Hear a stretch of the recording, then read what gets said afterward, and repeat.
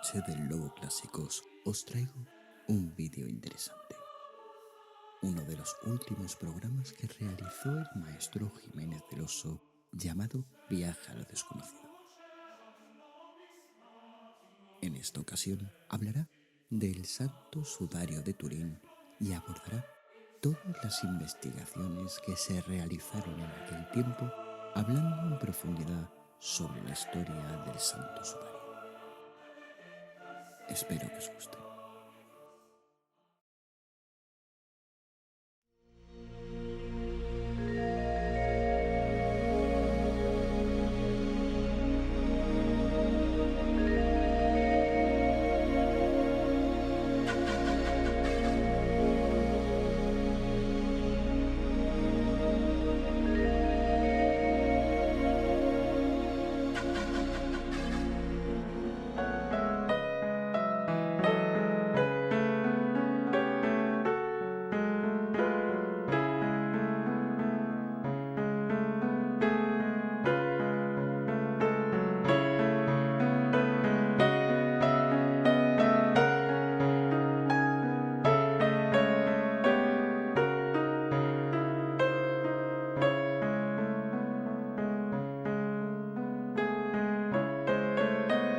Hace unos 2000 años, en el final de la época del Segundo Templo, esta fértil tierra de Galilea, bendecida con abundantes cosechas, era en su mayor parte judía. En ella se gestaron las ideas políticas y religiosas más importantes y más radicales. De Galilea surgió Yehuda ben Ezequías, el patriota, o Juan de Giscala, el defensor de Jerusalén durante el asedio romano.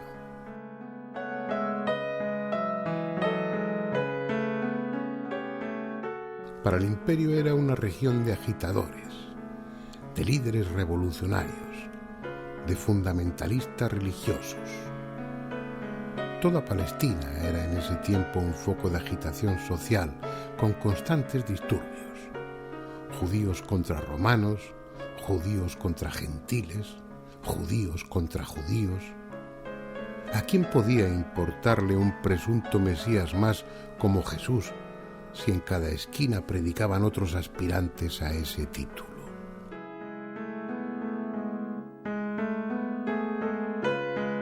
Ni siquiera es seguro que él tuviera esa pretensión, porque nada es seguro en lo que a su vida se refiere.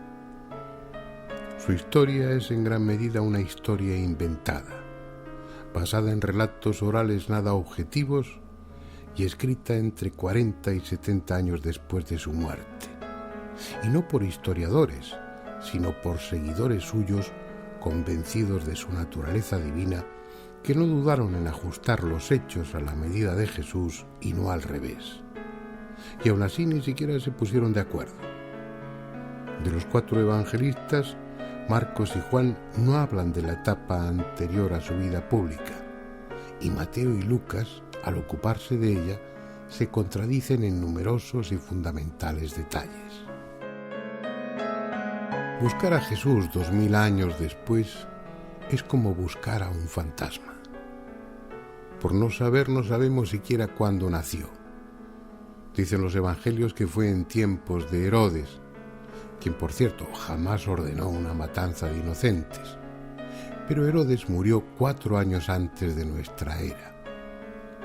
Lucas lo concreta aún más, afirmando que reinaba Herodes y que fue el mismo año en que Quirino, gobernador de Siria, ordenó un censo universal. Pero lo cierto es que ese censo, local y no en todo el imperio, se llevó a cabo 10 años después del nacimiento de Jesús. Tampoco hay certeza de dónde nació. Los que acuden a Belén a conmemorar su venida al mundo solo están rememorando un mito. Con toda probabilidad nació en Nazaret, aunque luego de su muerte se dijera que en Belén para refrendar que era el auténtico Mesías que habían anunciado las profecías.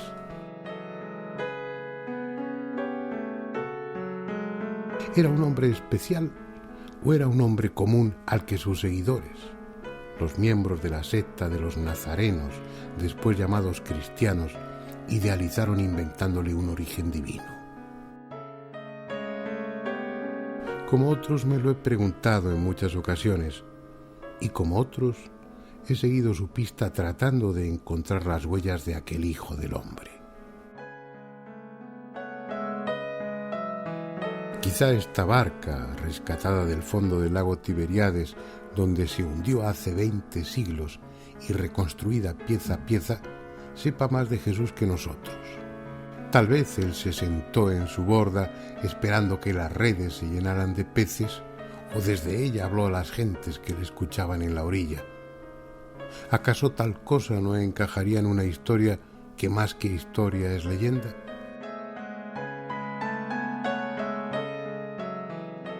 ¿Fue este el monte de las tentaciones, el de la cuarentena, como también lo llaman? ¿Fue aquí donde Jesús dominó a su parte oscura y tomó conciencia de cuál era su papel en este mundo? ¿O acaso tal monte nunca existió y se trata de una invención piadosa? ¿Hay algo en este Jerusalén de hoy que tenga que ver con el tiempo de Jesús, aparte de ese trozo de pavimento descubierto por los arqueólogos 14 metros por debajo de lo que ahora llaman Vía Dolorosa?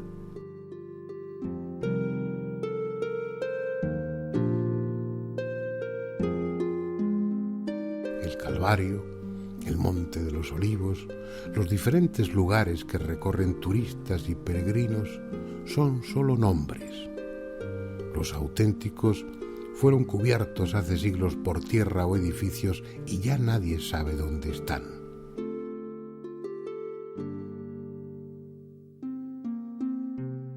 Es tan probable que esta sea la verdadera tumba de Jesús como que el arca de la alianza esté oculta en los viejos muros del templo.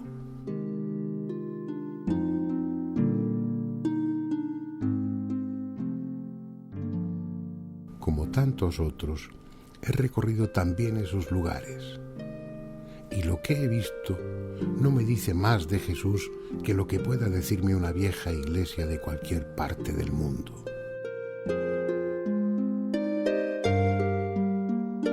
Y es que nada queda de él, salvo el recuerdo, sus palabras, si es que están recogidas como él las dijo, y su leyenda. Si quedara un objeto, un solo objeto que con toda certeza le hubiese pertenecido, quizá esa leyenda sobre su vida y su muerte dejaría de serlo. Y quién sabe, a lo mejor nos sacaría de dudas acerca de si fue un hombre común o un ser extraordinario. Ese objeto existía o existe. Digo existía porque un informe científico aparentemente irrefutable dictaminó que ese objeto no era de la época de Jesús, sino del siglo XIII o XIV. Naturalmente me estoy refiriendo a la sábana santa que se conserva en Turín y que supuestamente sirvió de sudario al cuerpo de Cristo después de la crucifixión. Fue en 1988. Se cortaron 3 pequeños trocitos del lienzo y fueron enviados a 3 laboratorios diferentes en un experimento coordinado por Michael Tidd, del Museo Británico. El resultado lo conocen ustedes de sobra porque la noticia se extendió por todo el mundo. Según el método de datación del carbono 14, que fue el que se utilizó entonces, la sábana santa no había sido el sudario de Jesús porque corresponde al siglo XIII o XIV. Se terminaba así con un misterio y los escépticos y creyentes respiraron aliviados. Pues bien, el propósito de este programa es plantearse si pese a ese informe científico tan riguroso, la sábana santa de Turín es o no es realmente el sudario que envolvió el cuerpo de Cristo. Aunque todos han oído hablar de él, lo que primero procede es describir el lienzo. Se trata de una pieza de tela de 4 metros y 37 centímetros de larga por 1 metro y 11 centímetros de ancha. Se aprecian en ella unas aparentes manchas que, contempladas de lejos, conforman la imagen de cuerpo entero de un hombre de frente y de espaldas. Ahora vayamos paso a paso, comenzando por la tela misma. Está hecha de lino hilado a mano y después tejido en un telar también a mano. Su textura, es decir, el tipo de tejido, es el denominado en espina. Todas estas características nos remiten a Oriente Próximo y nos sitúan en la época de Jesús. En ese tiempo, telas exactamente iguales eran comunes en Israel. La fábrica principal estaba en Palmira y las distribuía por toda la región. En Europa, este tipo de tejido no se empezó a fabricar hasta pasado el siglo XV.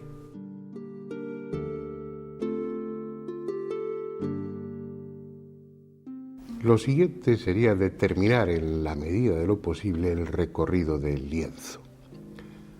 La primera noticia, las primeras referencias a través de las crónicas es que estaba en Edesa, Turquía, en el siglo VI. Después pasó de allí a Constantinopla, porque los peregrinos durante el siglo X hicieron referencia a la existencia de un lienzo con la imagen de Jesús en esa ciudad. En 1204, durante las cruzadas, Otón de la Roche confiscó ese sudario y se lo llevó a Francia. Y así debió ser, porque ya como dato histórico, no como tradición o crónica, en 1356 estaba ya en la ciudad de Lirey. De ahí, en el 1403, pasó a otra ciudad francesa, Chambéry, y luego finalmente en el año 1578 fue trasladada a Turín, donde permanece desde entonces. Este largo recorrido de la sábana tiene su importancia, como ahora veremos. En 1973 el cardenal Pellegrino autorizó al palinólogo Max Frey, profesor de la Universidad de Zúrich, a estudiar el lienzo. El objetivo era determinar qué tipos de polen se habían depositado en la tela. Estudiando los granos de polen se sabría a qué plantas pertenecían y podría deducirse con certeza los lugares en los que la presunta sábana santa había estado. Los resultados se dieron a conocer en 1976 y no pudieron ser más espectaculares. Tal como era previsible, encontró polen de haya, de laurel, de mirto, de acacia y así hasta de 12 plantas europeas abundantes en Francia y en Italia, lugares en los que históricamente ha estado la tela. La tradición, que no la historia, dice que antes de llegar a esta parte de Europa había estado en 2 ciudades de Turquía. Pues bien, Max Frey encontró en el lienzo polen perteneciente a 9 plantas que solo crecen en Turquía. Es decir, lo que la tradición afirmaba se veía confirmado por la ciencia.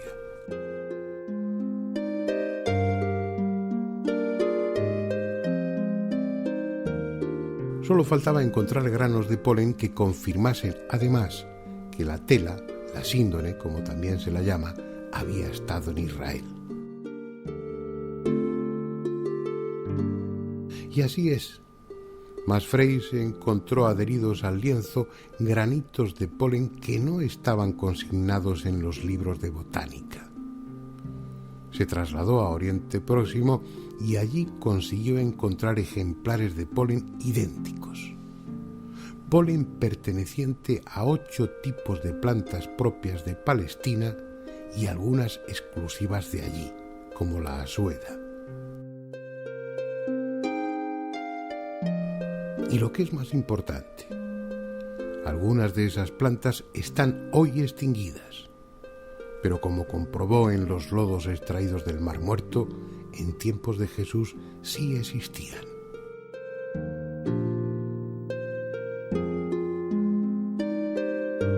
El largo informe elaborado por Max Frey puede resumirse en uno de sus párrafos que textualmente dice así: Frente a estos resultados, que en cualquier momento pueden ser verificados por cualquiera, puedo afirmar, sin posibilidad de ser desmentido, que la síndone fue expuesta en Palestina hace 2000 años.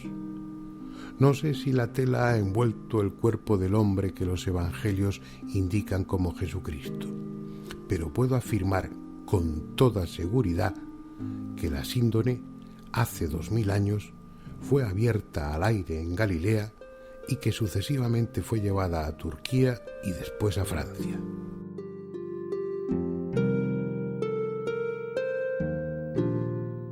Bien, ya tenemos algo claro. Aunque la datación con el carbono 14 sitúe la tela en el siglo XIII o XIV, hay otro experimento, otro testimonio, otra prueba tan rigurosa, exacta y científica como la anterior, que sitúa a la tela hace 2000 años en Palestina.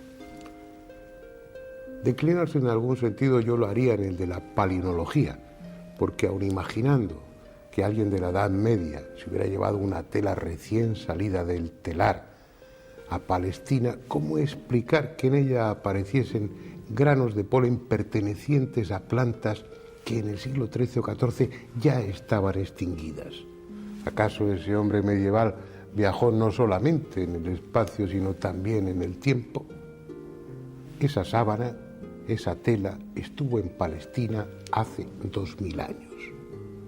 Pero bueno, tampoco eso tiene nada de extraordinario. En cualquier museo se conservan telas mucho más antiguas.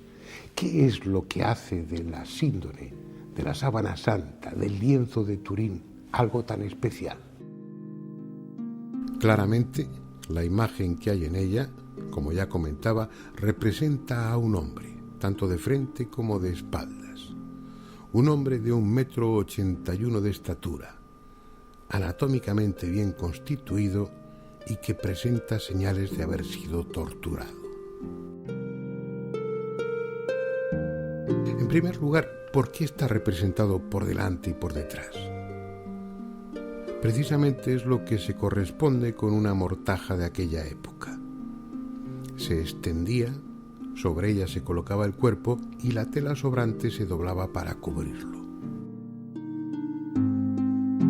Una imagen del mismo color que el resto del lienzo, pero un tono más oscuro, en la que además se aprecian manchas aparentemente de sangre.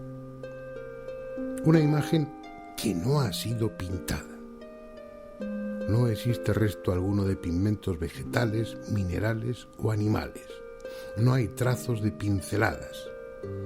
Y además las manchas, vamos a llamarlas así de momento, que forman la imagen, solo afectan a las fibras superficiales de la tela.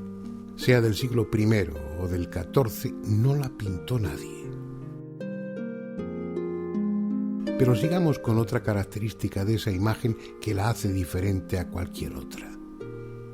Aunque por su valor se conservaba protegida en una urna de plata, en ocasiones especiales se extendía y se mostraba a los devotos durante unos días. La última ostensión ha sido en el año 2000.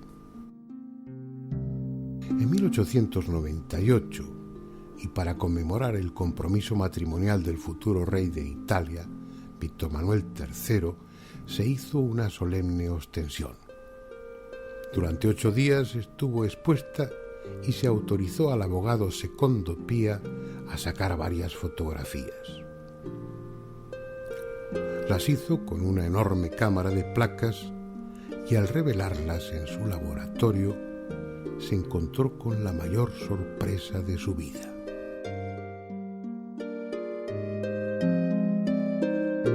Lo que en la tela era oscuro apareció en el negativo fotográfico en tono claro, y lo que era claro apareció oscuro, como es lógico. Pero lo extraordinario es que en esa imagen en negativo la figura adquirió todo su sentido. El cuerpo, las manos y sobre todo el rostro aparecieron con nitidez. Al invertirse luces y sombras, lo que Secondo Pía tuvo ante sus ojos era el retrato del hombre de la sábana santa. por primera vez en la historia, la síndone descubría su secreto. Aquellas manchas eran en realidad un negativo. Si la datación obtenida a través del método del carbono 14 es correcta, habrá que admitir que un pintor del siglo XIII o XIV, sin pintura y sin pinceles, fue capaz de pintar una imagen que es un auténtico negativo fotográfico 500 años antes de que se inventara la fotografía. Pero es que hay más, mucho más. Se ha dicho que la NASA intervino en la investigación sobre la sábana santa, obteniendo resultados sorprendentes. No es cierto. En realidad fueron científicos de esa institución, pero trabajando de forma particular en un proyecto llamado STURP y sirviéndose de las fotografías obtenidas en 1931.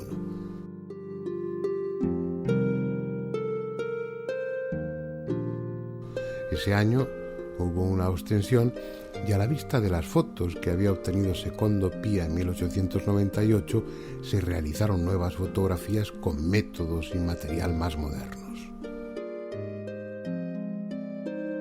Los principales responsables de la investigación fueron John Jackson y Eric Jumper, junto a otros colaboradores. Partiendo de la hipótesis de que las manchas no se habían producido por contacto, sino que su intensidad estaba en función de la distancia entre la tela y el cuerpo que había debajo, sometieron los negativos a un analizador de imagen VP8. Y lo que ese ordenador devolvió fue la imagen tridimensional del hombre de la sábana santa. Algo, una fuente de energía, ya fuese calor u otra, actuando de dentro a fuera, había chamuscado, por así decirlo, la tela, tanto más cuanto más cerca estuvo del cuerpo que cubría. Los investigadores tenían ante sí no solo un retrato, sino una imagen corpórea, con detalles que hasta entonces no se habían percibido, como la presencia de lo que parecen ser dos pequeños discos sobre los ojos, discos que posteriormente se han identificado como dos leptones, dos pequeñas monedas de bronce acuñadas en tiempo de Poncio Pilato y que solían usarse para mantener cerrados los ojos del cadáver.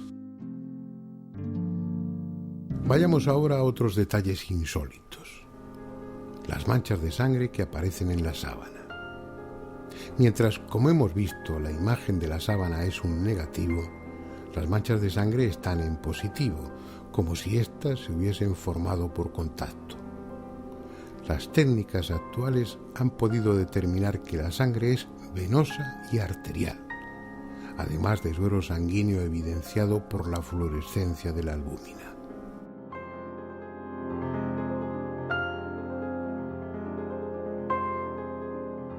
Recapitulemos. La datación con el carbono 14 viene a decir que esa sábana es del siglo XIII o XIV, lo que equivale a que un artista piadoso la pintó en esa época.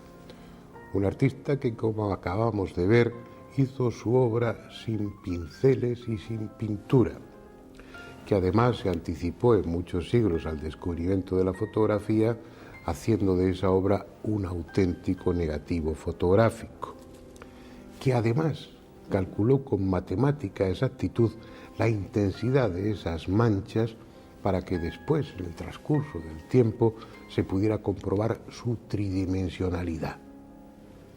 Pero no solo esto, también se anticipó un par de siglos al menos a la medicina para determinar que existía sangre arterial y venosa y colocarla en los lugares donde debe estar en esa imagen que aparece en la sábana santa. Sin olvidar que otra prueba exactamente igual de rigurosa que la del carbono 14, la de la palinología, demuestra que esa sábana estaba hace 2000 años en Palestina. Hasta aquí hemos hablado de los aspectos técnicos, pero ahora vamos a ocuparnos de la imagen misma. Porque si fue realmente el sudario que envolvió el cuerpo de Jesús después de muerto, tiene que haber detalles que confirmen esa hipótesis. Los evangelios, bastante más fiables en lo que se refiere a la última etapa, la pública de Jesús, que a la anterior, su vida oculta, dicen que durante su proceso fue coronado de espinas. En realidad no era una corona, sino un casquete que cubría la cabeza. Veamos si eso encaja con la imagen de la síndone.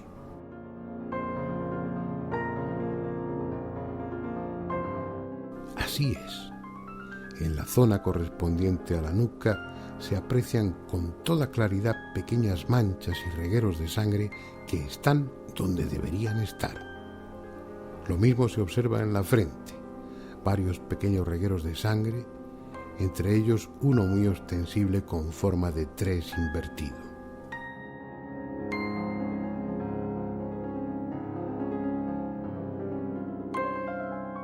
También los evangelios se refieren a la cruel flagelación. Jesús fue azotado, como era de rigor con aquellos que iban a ser crucificados. Y en efecto, la imagen de la sábana santa muestra más de 120 huellas de latigazos en todo el cuerpo, sobre todo en la espalda y en las piernas. Huellas de latigazos que se corresponden exactamente con las que dejaría un flagrum, un látigo romano que consistía en tiras de cuero rematadas con 2 bolitas de plomo. Coronado de espinas, azotado, llevando a cuestas el brazo horizontal de la cruz y tras varias caídas durante el camino, lo que también se evidencia en las manchas de la sábana correspondientes a las rodillas, Jesús es finalmente crucificado.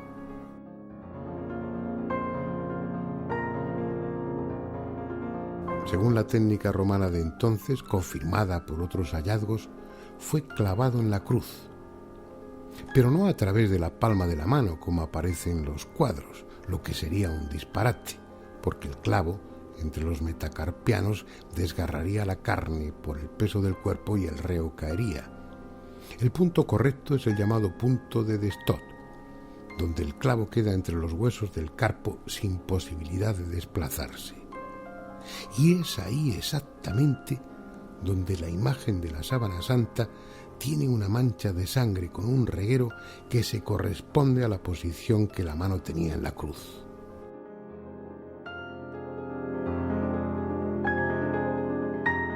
También los evangelios dicen que fue clavado por los pies, un pie sobre otro y con el mismo clavo. El lugar correcto sería entre los metatarsianos para así soportar el peso del cuerpo. Exactamente lo que refleja la sábana santa. El pie izquierdo sobre el derecho. Por eso al desclavarlo y ponerlo sobre el lienzo, lo más destacable es la huella del pie derecho. Al lado está la del talón izquierdo un poco más arriba, porque el rigor mortis impidió estirar totalmente esa pierna.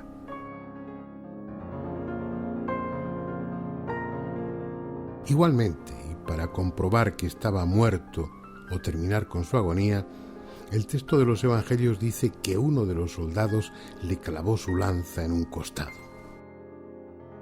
Y una vez más, la sábana santa se ajusta a esa descripción.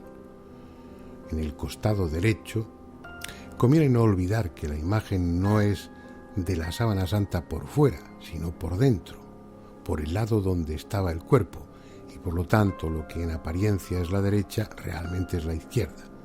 En el costado derecho, repito, está la mancha de sangre correspondiente al lanzazo, entre la quinta y la sexta costilla. Todo, pues, encaja a la perfección. A mi juicio, y aunque no soy creyente, las pruebas son abrumadoras.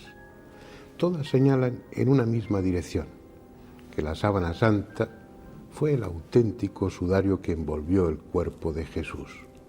Pero si es así, ¿por qué falló la datación con el método del carbono 14?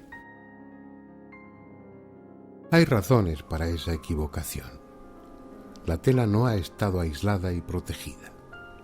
Durante siglos fue expuesta al aire y a la devoción, es decir, contaminándose con elementos que contienen carbono 14, granos de polen, fibras de tejidos más recientes, cera, bacterias que siguen vivas, insectos, como pequeños ácaros de los que contiene 4 o 5 por centímetro cuadrado, etc.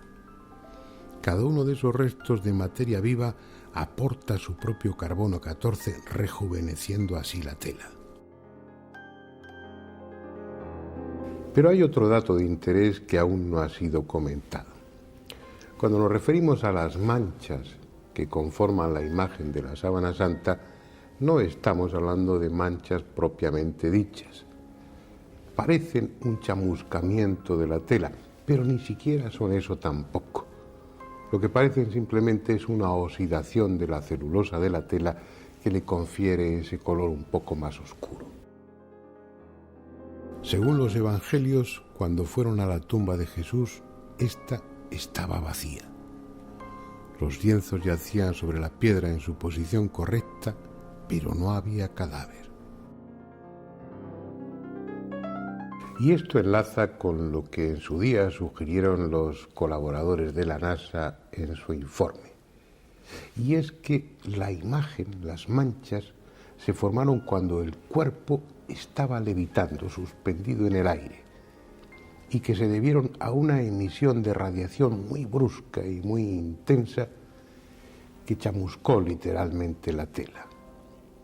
Una radiación que, según los experimentos llevados a cabo en Montpellier por Juan Bautista Rinaud, un especialista en medicina nuclear, habría sido producida por una emisión de protones y de neutrones. Y mientras los protones habrían oxidado la celulosa de la tela, dando un color exactamente igual, según lo que le experimentó, a las manchas de la sábana santa, los neutrones la habrían rejuvenecido. De ser así, como el experimento sugiere, el cadáver que envolvía la sábana santa desprendió una enorme energía en un instante y seguidamente se desmaterializó. Algo demasiado fantástico, absurdo, disparatado y posiblemente real, porque no estamos hablando de un cadáver cualquiera, sino del cadáver de un hombre que era muy especial.